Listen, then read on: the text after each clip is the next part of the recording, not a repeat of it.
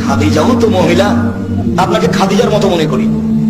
তো শয়তান কেন চেয়েছে যে আপনার পাশে বসে আছে? দেখেন ওর ছোটবেলা, ওর স্বামী নাই, ওর বাপ নাই, ও বাপ ছাড়াই দুনিয়াতে এসেছে, ও স্বামী ছাড়াই দুনিয়াতে চলে। হিসাব আপনি আমার দিনই বলুন, আপনাকে আমি ঘৃণা করতে আসিনি, আমি শয়তানের চেয়ে খারাপ বলিনি।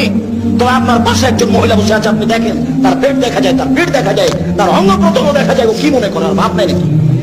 ছাড়াই দুনিয়াতে এসেছে, কাপুরুষ হলে তো আপনারই মেয়ে, তবু আমি দেবো। আপনি জান্নাত কিনে নিয়েন, জান্নাত পড়ে আছে।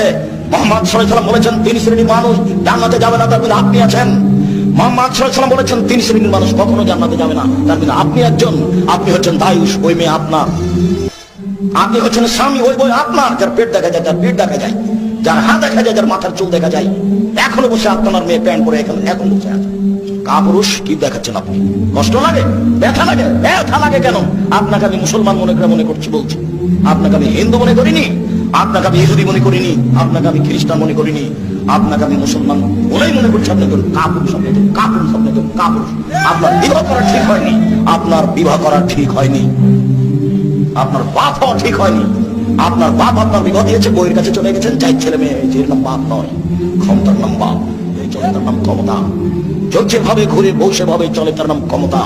3 শ্রেণীর মানুষ জান্নাতে যাবে না, তার মধ্যে আপনি একজন আছেন। 3 শ্রেণীর মানুষ জান্নাতে যাবে না, তার 1 শ্রেণীর মানুষ হচ্ছে রাজুল মিনান নিসায়ে, পুরুষের বেশধারী নারী, যারা পুরুষের জুতা স্যান্ডেল পরে, যারা পুরুষের শার্ট প্যান্ট পরে, যারা পুরুষের পোশাক পরে, যারা মাথার চুল ছোট করে। আপনি দেখতে পাচ্ছেন ঢাকা শহরে গাজীপুর বাজারে হাজারো লক্ষ নারী এসব প্যান্ট পরে থাকছে, গেঞ্জি গায়ে থাকছে, এরা জাহান্নামী। আমি বলিনি এই কথা, মুহাম্মদ সাল্লাল্লাহু আলাইহি ওয়াসাল্লাম বলেছেন। আমার বলার কি আছে? তিনি 1450 বছর পূর্বে বলেছেন, আমি তার অনুবাদ